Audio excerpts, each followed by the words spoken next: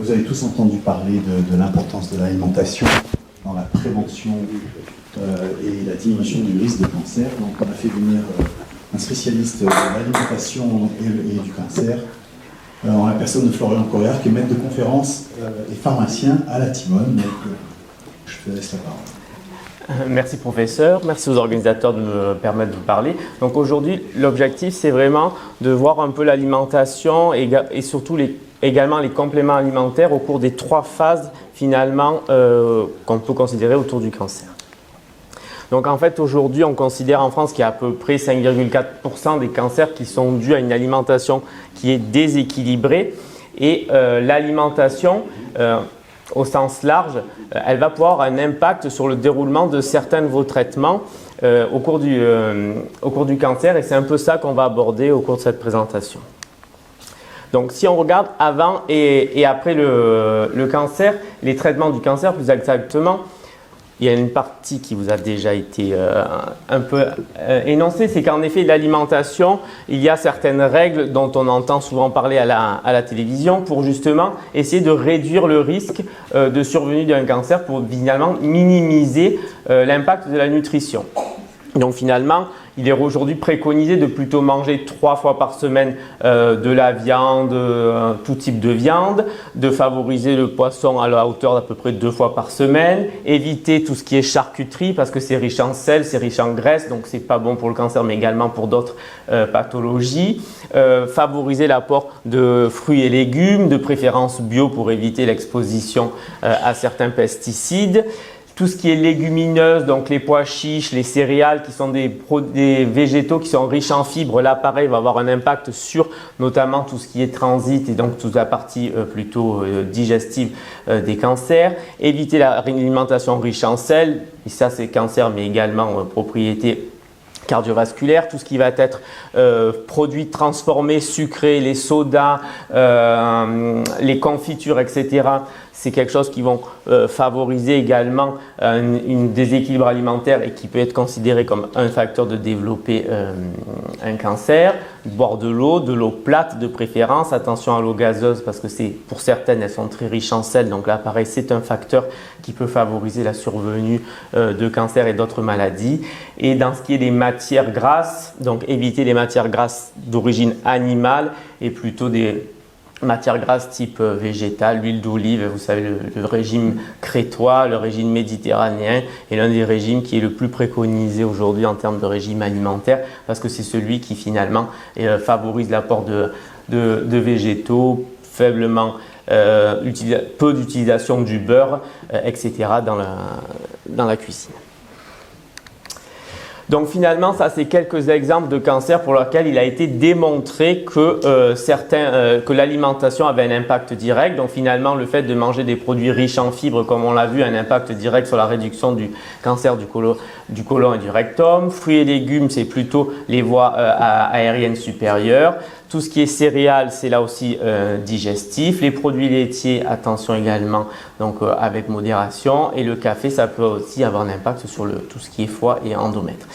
Ce qui est aussi important à savoir, c'est que dans cette présentation, l'objectif n'est pas de vous interdire et de vous culpabiliser sur votre alimentation. Ce qui est important, c'est d'avoir une alimentation diversifiée qui ne fait pas d'abus en frites, en aliments gras. Mais ça ne veut pas dire qu'il ne faut jamais en manger, bien évidemment. Hein. C'est vraiment une histoire de diversification et de limiter la fréquence et la récurrence de certains aliments, mais pas du tout de s'en priver. L'alcool, lui pour le coup, on l'a vu tout à l'heure, est également un facteur là plutôt favorisant la survenue de cancer, au même titre que la charcuterie, la viande rouge et tout ce qui va être les aliments transformés. À ce jour, il n'y a pas de preuves strictes dans la littérature qui montrent que faire des régimes très stricts alimentaires avait un effet protecteur sur la survenue de cancer.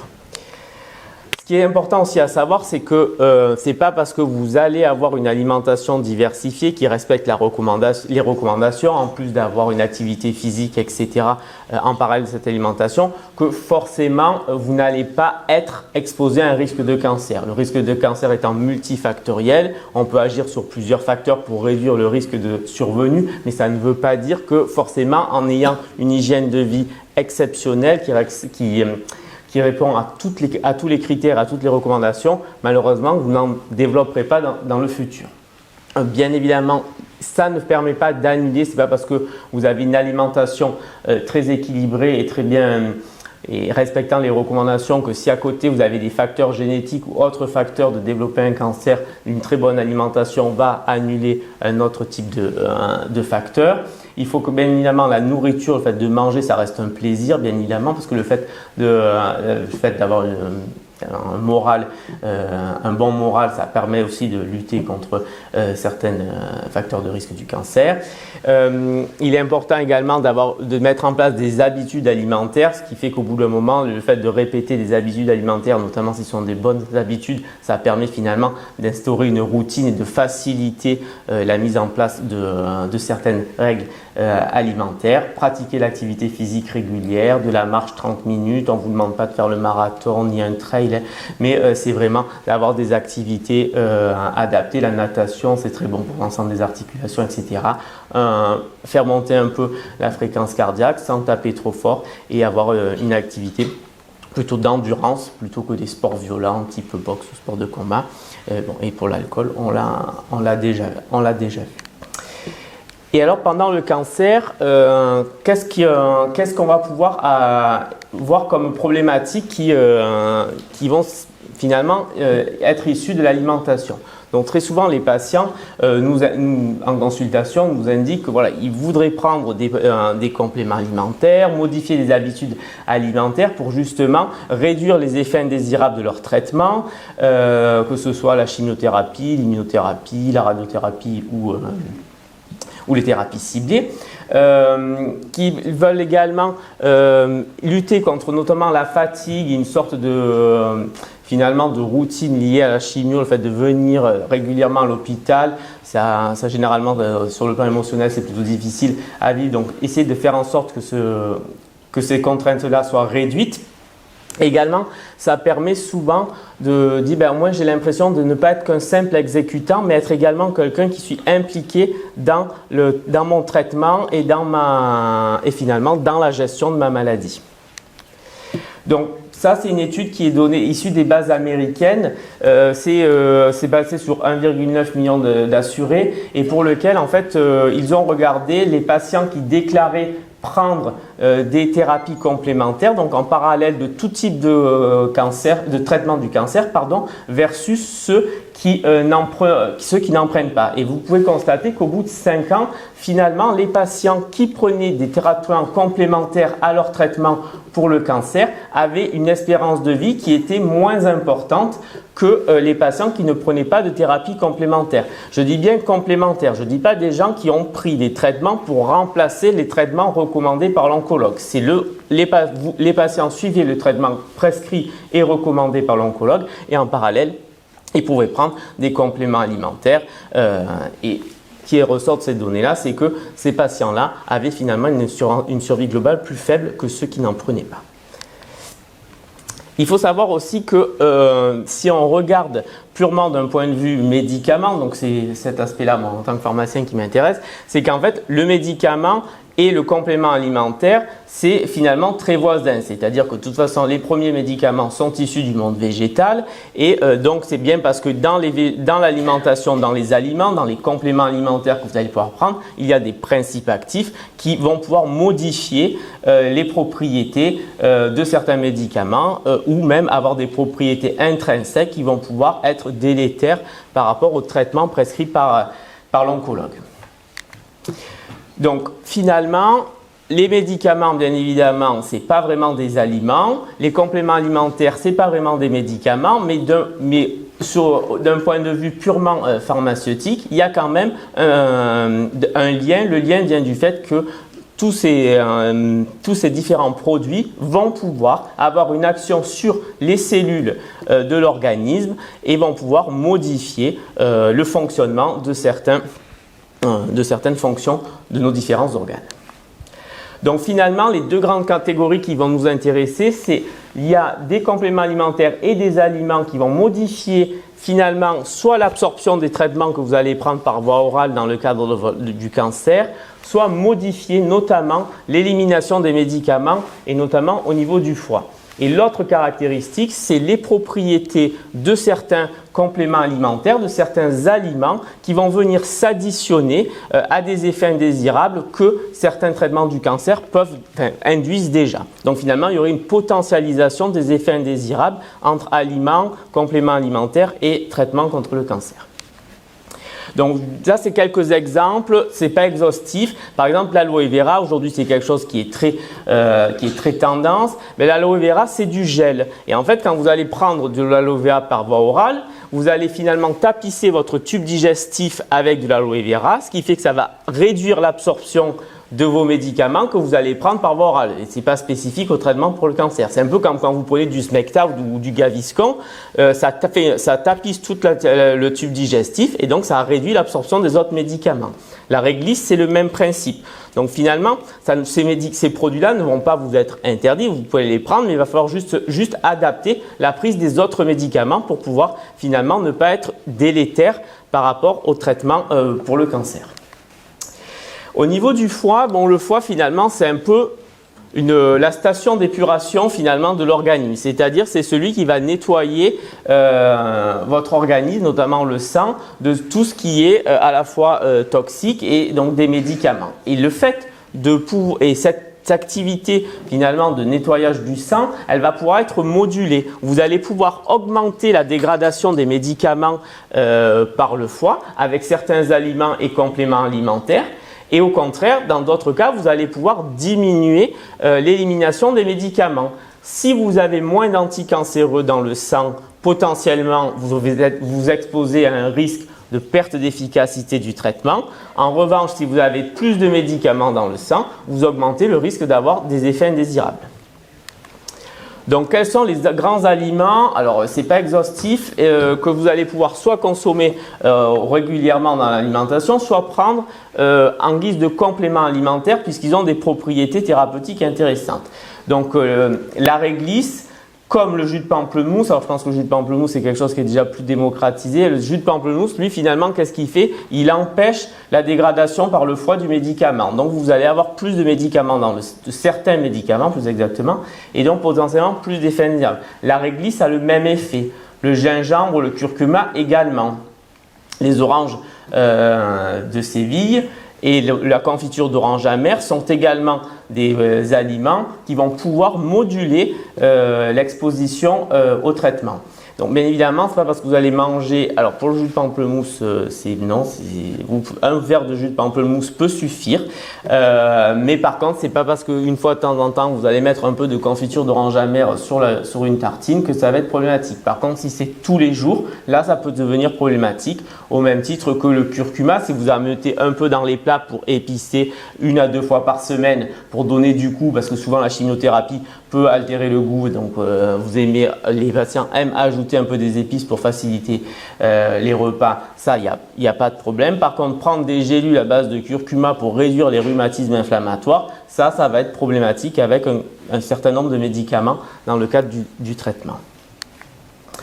Vous avez également les mêmes données sur l'impact des complexes polyvitaminiques. Mais ça, c'est vraiment pendant la chimiothérapie. Les complexes polyvitaminiques, finalement, qu'est-ce qu'ils ont comme propriété? Ils vont avoir des propriétés antioxydantes.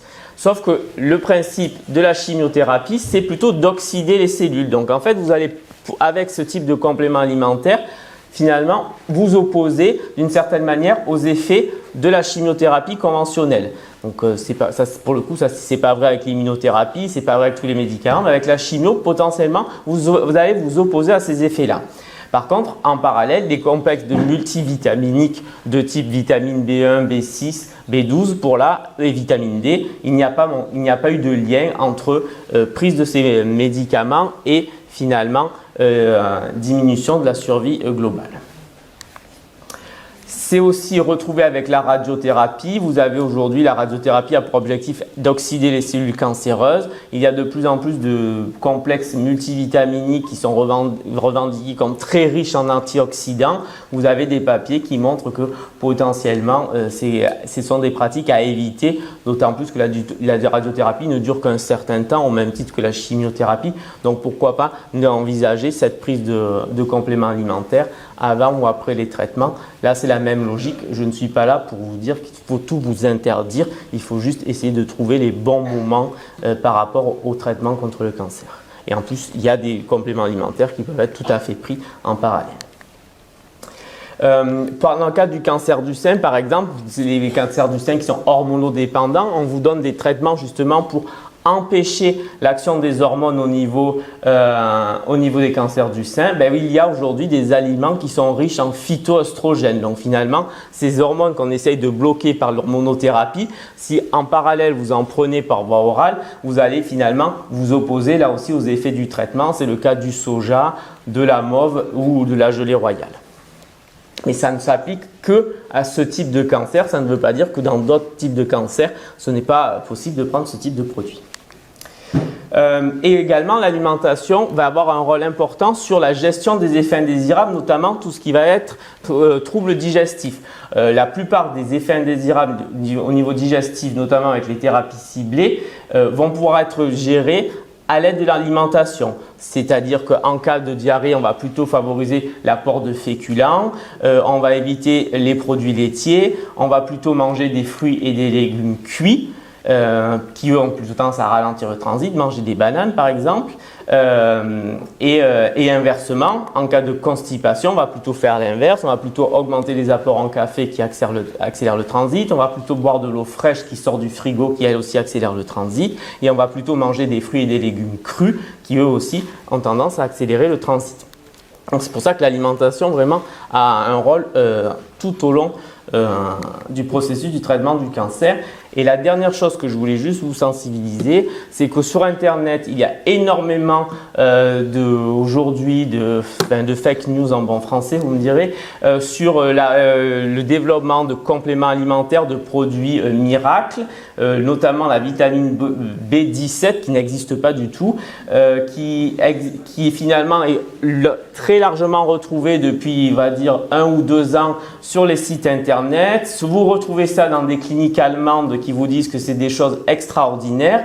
Et quand vous regardez qu'est-ce que c'est que la vitamine B17, la vitamine B17, il y a du cyanure d'hydrogène à l'intérieur. C'est un peu quand, vous savez, dans l'ancien temps, on aimait bien mettre quelques noyaux, noyaux d'abricot. Vous savez, la menthe qu'il y a à l'intérieur des noyaux d'abricot dans la confiture pour lui donner du goût. Mais on disait qu'il ne fallait pas trop en mettre parce que c'était toxique. C'était toxique pourquoi? Parce que ça contenait notamment du cyanure d'hydrogène. Donc voilà, donc vraiment faites attention, parlez-en à vos médecins, à vos pharmaciens, aux infirmières qui s'occupent de vous. On n'est pas du tout là pour vous interdire quoi que ce soit, mais plutôt pour vous aider à vous accompagner, vous réduire le risque de pratiques qui pourraient nuire au traitement qui vous a été proposé. Et aujourd'hui, globalement, j'ai à peu près 2 à 3 consultations par jour qui portent sur cette thématique. Puisque je comprends tout à fait que vous ayez une certaine manière peur de nuire au traitement, mais également envie d'être acteur dans la prise en charge. Et ce n'est pas toujours facile de s'y retrouver, surtout quand on voit ce qui traîne sur Internet. Je vous remercie de votre attention. Et j'ai volontairement fait un peu plus court parce que je pense que ça va soulever pas mal de questions. Oui, je pense qu'il y a beaucoup de questions. Après, pour les antioxydants et les traitements par radiochimiothérapie, je crois qu'il faut tempérer par... bien entendu, ça n'est pas grave si vous prenez des antioxydants, mais bien, si vous les prenez en quantité, ça reste quand même à démontrer de façon très scientifique, mais évidemment, c'est des recommandations auxquelles il faut faire attention. Et c'est vrai que j'imagine que vous avez beaucoup de questions, bien sûr. Oui. Le collagène. Bon, le collagène, globalement, il n'y a pas de problème particulier avec la plupart des traitements. Avec l'immunothérapie, je suis moins catégorique, mais sinon, de façon globale, c'est quelque chose qui est relativement neutre. Donc, non, il n'y a pas de… Mais voilà, ce qu'il faut aussi faire attention, c'est que ce qui peut être vrai dans 90% des cas, pour certains traitements, peut être faux. La particularité vraiment des compléments alimentaires ou des aliments, c'est que va vraiment dépendre du traitement qui vous est prescrit. Et ce n'est pas parce qu'on reçoit de la chimio. Dans la chimio, il y a plein de molécules différentes. Avec certaines molécules, ça sera tout à fait autorisé. Avec d'autres, ça ne sera pas recommandé parce que les propriétés de ces médicaments sont différentes. Donc, en consultation, c'est très compliqué. Très souvent, on me dit « mais oui, mais ma collègue ou j'ai rencontré une patiente, elle, vous lui avez dit oui. Moi, pourquoi vous me dites non ?» Alors, ce n'est pas un non catégorique, mais je déconseille. C'est parce qu'en fait, à la base, ce n'est pas le même traitement qui a été proposé. Et c'est ça qui est gênant. Oui. Oui.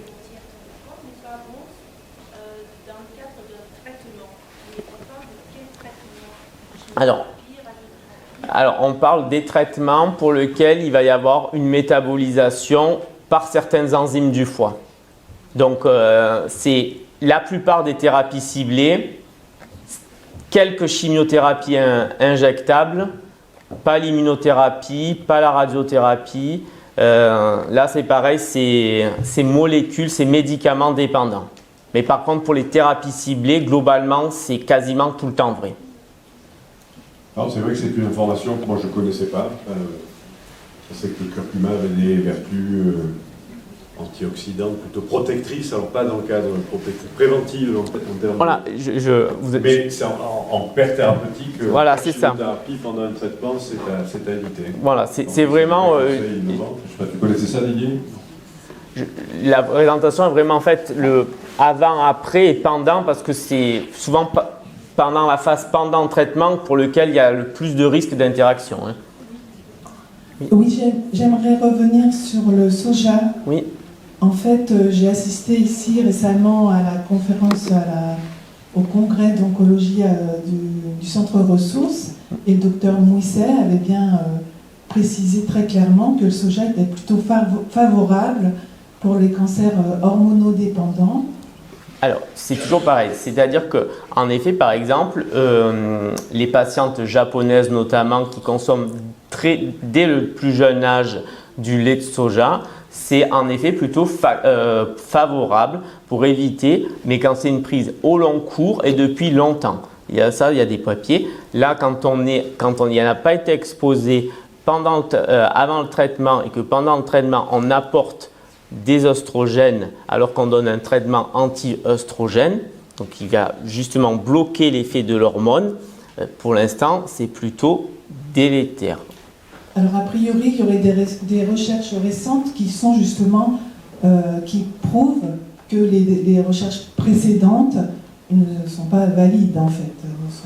Et l'idée, c'est que le soja oriente les hormones oxydées vers le bon chemin pour être évacuées.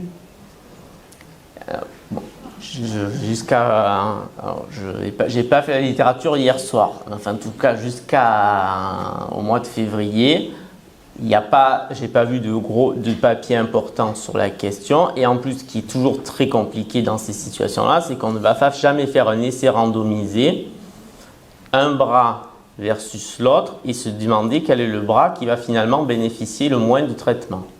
C'est pour ça que ça reste des préconisations, contrairement à un essai clinique quand on développe un médicament, où en effet, là, le but, c'est que le nouveau médicament, on sait normalement, il est censé faire mieux que l'ancien, donc il n'y a pas de perte pour les patients. On ne va pas s'amuser à mettre… Au sujet du soja, il y a le docteur Mouisset, et vous avez différentes conférences également sur YouTube. Ouais. Oui. Bonjour. Qu'en est-il par rapport aux huiles essentielles? Alors, J'ai vu qu'il y avait toute une liste sur Internet, une liste à proscrire, notamment pour le cancer hormonodépendant. Alors, vous pensez c'est à ingérer ou c'est en application cutanée? Parce que si c'est en application cutanée et que la peau n'est pas abîmée, le passage est tellement faible dans la circulation que les risques sont quand même très limités. Pour ce qui est de la voie orale, là c'est pareil, ça va être traitement et huile essentielle dépendant. Ce qui peut nous donner la marche à suivre, savoir avoir les informations valables. Donc, après, voilà, pour la timone, les oncologues les envoient en consultation et on fait le point ensemble. Il y a quand même de plus en plus de consultations faites par les pharmaciens dans les établissements de santé. Hein. Il faut des professionnels de santé qui soient au fait, Après, il y a beaucoup on entend de littérature un peu contradictoire, c'est pas toujours... Oui, et comme vous le disiez, il n'y a pas d'essai randomisé qui fasse une preuve directe, évidente et scientifiquement établie. Donc c'est toujours... c'est pas très simple de s'orienter. Mais les pharmaciens, les nutritionnistes qui sont spécialisés dans ce domaine-là ont quand même de la littérature et des conseils à donner assez orientés. Et surtout, ce qui est compliqué, c'est que nous, c'est vraiment l'impact sur le médicament qu'on va regarder dans un premier temps. Après, il y a l'impact sur la santé également. Et que souvent, c'est là où c'est compliqué. Il y a un côté bénéfique dans certaines situations, mais pouvant être délétère par rapport au traitement prescrit. C'est un peu là où on fait la balance. Ok. Je voudrais savoir ce que vous pensez des produits laitiers. Ah pardon, excusez-moi. Bon, Parce que mon médecin me les déconseille. C'est pour ça, et je suis perturbée par ce qu'il me dit là. Ce sont nos amis pour la vie. Voilà. C'est comme la viande rouge, faut pas en abuser, mais de façon en manger de façon voilà, raisonnable, comme tous les autres aliments, il n'y a pas de... Il n'y a aucune raison de noter exactement ce sont des poisons. Alors je pense que par du lait de vache, je pense, mais... À dire poison, oui, voilà, c'est... Je vais émuler lactophobe ou le... Non, pas de raison. Michel. Le lait de brebis. Le lait de chèvre. Le lait de brebis. Le lait de chèvre, parce qu'il n'est pas meilleur pour le truc de vache. Le fromage de chèvre également. Alors là, globalement, je connais pas. À l'époque, il y a des femmes qui faisaient nourrir leur gosse au lait de chèvre. Là, je m'intéresse pas juste sur le plan des aliments à ce point-là. Voilà. Je ne saurais pas vous dire s'il y a un délai qui est meilleur que les autres. Question. Oui. Oui, certains oncologues préconisent un jeûne hydrique strict avant et pendant la chimio. Qu'est-ce que vous en pensez? Si c'est le cas, il ne faut pas que la durée soit trop longue. Généralement, ce qu'on retrouve dans les études, c'est 24-48 heures grand max. Voilà. Là, pareil, on est sur des petites cohortes, mais en effet, ça semble diminuer la survenue des nausées, vomissements. Alors, une dernière question avant la pause. Pardon, excusez-moi. Non, il n'y a pas de problème. Mais par contre, quand il y a des jeunes au-delà de 96 heures dans la littérature, là, je pense que c'est plutôt déconseillé. Oui, alors il y a une vingtaine d'années, j'ai perdu ma mère d'une leucémie foudroyante. Et on préconisait toujours un manque de fer. Alors aujourd'hui, je ne sais pas si vous arrivez à guérir, parce que comme le terme foudroyant, à un moment, il n'y a pas de suite pour sauver le patient. Alors est-ce que ça a évolué depuis 20 ans? Merci. Oui, je pense que la médecine a évolué. Après, les formes foudroyantes de maladies plutôt sanguines, il y en a toujours qui existent malheureusement. Hein. Mais oui, il y a quand même eu des progrès, des nouveaux médicaments pour ces formes-là. Merci beaucoup en tout cas pour cette présentation. Merci. Merci. Il y a deux associations en principe qui vous attendent en bas, au rez-de-chaussée. Avec des boissons. Et on se retrouve d'ici 20 minutes, vers 16h30. Merci, à tout à l'heure.